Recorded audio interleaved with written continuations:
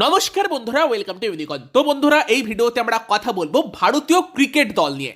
তো টি-20 বিশ্বকাপের আগে ভারতের টি-20 টিম তো অনবদ্য খেলছে, আর গম্ভীরের এই টি-20 দলটা কিন্তু দেখাচ্ছে যে এই দলটা সর্বকালের একটা অন্যতম ভয়ঙ্কর দল। কি লেভেলের ব্যাটিং করছে, আলাদা লেভেলেরই ব্যাটিং করছে, যেটা টি-20 বিশ্বকাপের আগে অবশ্যই একটা ভালো সংকেত। তবে কয়েকটা জায়গা নিয়ে এখনও টিমের প্রশ্ন থাকতে পারে, যার মধ্যে একটা কিন্তু অবভিয়াসলি সঞ্জু স্যামসনের ফর্ম। তো সেরকমই কয়েকটা বিষয় নিয়ে কথা বলবো এই ভিডিওতে। চতুর্থ টি-20 ম্যাচে আমরা কিরকম লাইন আপ এক্সপেক্ট করতে পারি সেই নিয়েও একটু আলোচনা করব। তিলক ভার্মাকে নিয়ে তোমাদের আপডেট দেবো। ইন্টারেস্টিং ভিডিও হবে, লাস্ট অব্দি দেখতে থাকো। আমাদের চ্যানেলে প্রথমবার এলে আমাদের চ্যানেলটিকে সাবস্ক্রাইব করে তার পাশের বেল আইকনটাকে অন করে দিও। তো প্রথমে তিলক ভার্মাকে নিয়ে যদি আপডেটটা দিই, সেটা হচ্ছে তিলক ভার্মা কিন্তু টি-20 বিশ্বকাপের জন্য রেডি। টি-20 বিশ্বকাপে তিলক ভার্মার খেলা নিয়ে কোনো প্রবলেম নেই। তবে এই মুহূর্তে দাঁড়িয়ে তোমার টিম ম্যানেজমেন্ট তিলককে একটু রাশ করাতে চাইছে না, সেই কারণে চতুর্থ টি-20 ম্যাচেও হয়তো তিলক ভার্মা খেলবে না।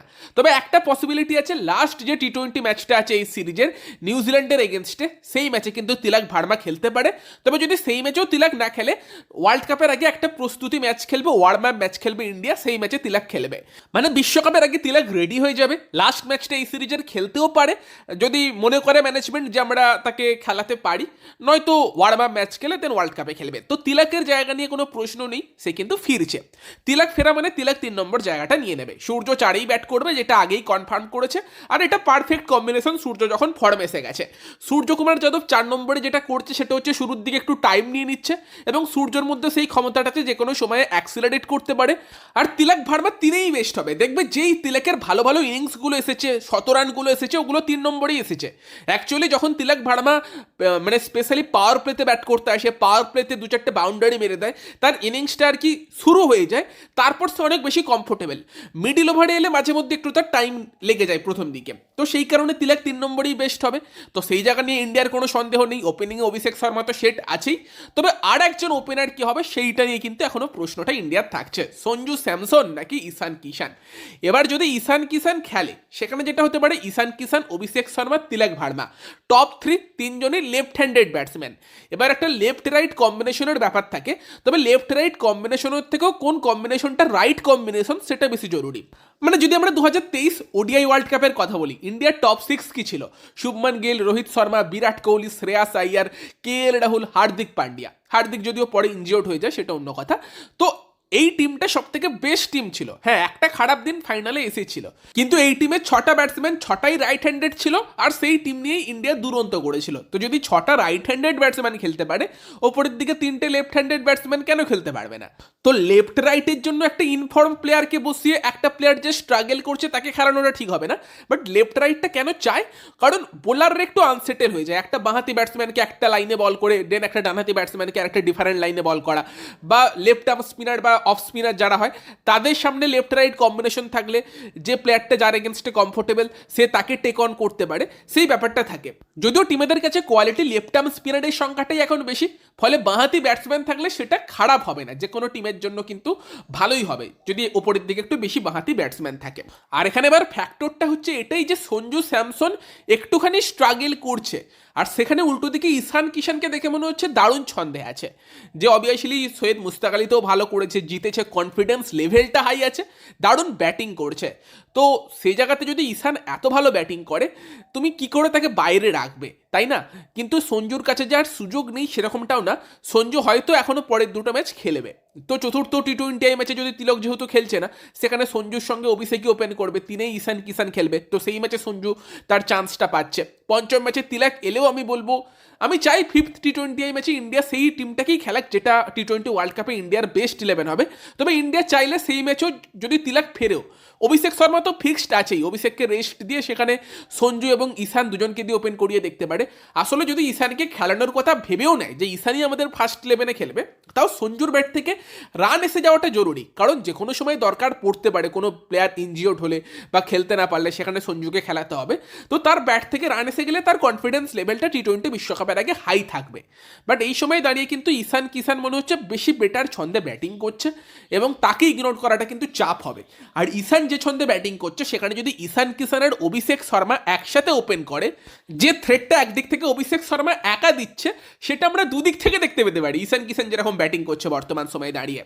আর তোমার উপরের দিকে একটা উইকেট কিপার ব্যাটসম্যানই লাগবে, যেই কারণেই গিলের জায়গাতে স্যামসন বেশি প্রেফারেন্স পাচ্ছিল আমাদের কাছে।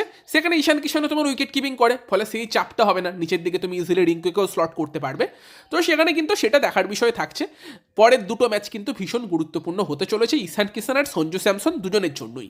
পার্সপেক্টিভের ব্যাপার, যদি পরের দুটো ম্যাচে ঈশান ফেল করে আর সঞ্জু দুটো দুরন্ত ইনিংস খেলে দেয়, তখন আবার পার্সপেক্টিভ চেঞ্জ হয়ে যেতে পারে। তো সেখানে পরের দুটো ম্যাচে আমরা অবশ্যই নজর রাখবো। আর আমার মনে হয় বাকি কিছু এক্সপেরিমেন্ট করার থাকলে পরের ম্যাচটাতেই করতে পারে। পঞ্চম টি-20 ম্যাচটাই ইন্ডিয়া যতটা পারবে নিজেদের সেরা 11টা খেলাক, যেটা টি-20 বিশ্বকাপের 11 হবে। তবে সব থেকে বড় কথা, ইন্ডিয়ার টার্গেট এটাই রাখা উচিত যে নিউজিল্যান্ড আমাদের টেস্টে হোয়াইট ওয়াশ করে গিয়েছিল, সেটার বদলা তো নেওয়া তো সম্ভব না, বাট স্টিল যদি আমরা 5-0 নিউজিল্যান্ডকে টি-20 এই সিরিজে হারাতে পারি, নিউজিল্যান্ডের কনফিডেন্স অনেকটা ডাউন হবে এবং কিছুটা আনন্দ তো আমরা পাবো, অবশ্যই বলতে পারবো কিছুটা বদলা আমরা নিয়েছি। সেই টার্গেটটাই ইন্ডিয়াকে রাখতে হবে। তবে সেটা এক্সপেরিমেন্ট করেও করা সম্ভব, কারণ এখনো অবধি কিন্তু ইন্ডিয়ার দলটা মনে হচ্ছে নিউজিল্যান্ডের জন্য টু গুড ভাই। আর তারই সঙ্গে সঙ্গে সূর্যকুমার যাদবের ফর্ম এসে যাওয়াটা বিশাল বড় খবর, কারণ 4 নম্বর জায়গাটা ভীষণই ক্রুশাল এবং সেখানে যদি টপ 3-তে 3টে অ্যাগ্রেসিভ ব্যাটসম্যানের পর 4-এ সূর্যও ফর্মে থাকে এবং দেন তোমার কাছে হার্দিক পান্ডিয়া, রিঙ্কু সিংয়ের সঙ্গে শিবম দুবে বা অক্ষর প্যাটেল থাকবে, সেখানে এই ব্যাটিং লাইন আপটা তোমার জন্য আলাদাই ব্যাটিং একটা লাইন আপ কিন্তু হয়ে যাবে, যদি সূর্য এই ফর্মটা কন্টিনিউ করতে পারে। বাকি তোমরা তোমাদের মতামত জানিও সেই জায়গাতে, যে কেমন লাগছে বর্তমানে ভারতীয় দলটাকে। মানে একদম পারফেক্টলি সেভ করছে এই টিমটা।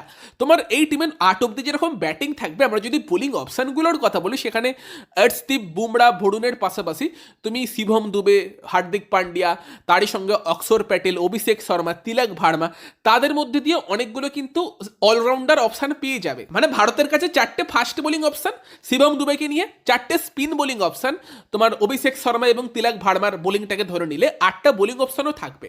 ক্যাপ্টেনের কাছে অনেক অপশান খোলা থাকবে এবং এই কারণেই ক্রেডিটটা কিন্তু টিম ম্যানেজমেন্টকে, গৌতম গম্ভীরকে দিতে হবে, যেভাবে প্ল্যানিং করে এই দলটাকে সেট করা হয়েছে। ভালো লাগছে এবার দলটা, যথেষ্ট ভালো লাগছে।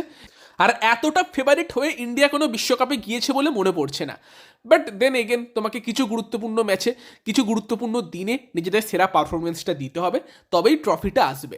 বাকি সানরাইজার্স ইস্টার্ন কেপ কিন্তু আবারও একবার এসএ-20 লিগ জিতলো প্রিটোরিয়া ক্যাপিটালসকে হারিয়ে। এই দিল্লি ক্যাপিটালসের টিমগুলো সব টুর্নামেন্টেই ফাইনালে যায়, গিয়ে ফাইনালে হেরে যায়। বোধহয় একবারই দুবাই ক্যাপিটালস ট্রফি জিতেছিল বোধহয়। বাকি ফার্স্টে কিন্তু ব্যাটিং খুব একটা ভালো হয়নি তোমার প্রিটোরিয়া ক্যাপিটালসের, সেখানে কিন্তু একমাত্র ডিওয়েল ব্রেভিস 56 বলে 101 করে, বাকি কিন্তু কারোর ব্যাট থেকেই রান আসেনি। সানরাইজার্সের হয়ে মার্কো জ্যানসেন 4 ওভারে 10 রান দিয়ে 3টে উইকেট নেয়। আর সানরাইজার্সের ব্যাটিংয়ের কথা বললে ডিকক বা জনি বেয়ারস্টো ফেল করলো, ম্যাথু ব্রিটসকের 68 এবং পরে ক্রিস্টিয়ান স্টাফসের 63-তে কিন্তু তারা আবারও একবার এসএ-20 লিগ জিতল। তো সেখানে কিন্তু এসএ-20 চ্যাম্পিয়ন হয়ে গিয়েছে সানরাইজার্স ইস্টার্ন কেপ। তো বন্ধুরা, এই আপডেটগুলোই তোমাদেরকে এই ভিডিওতে দেবার ছিল। ভিডিওটা ভালো লাগলে ভিডিওটাকে লাইক করে দিও, শেয়ার করে দিও।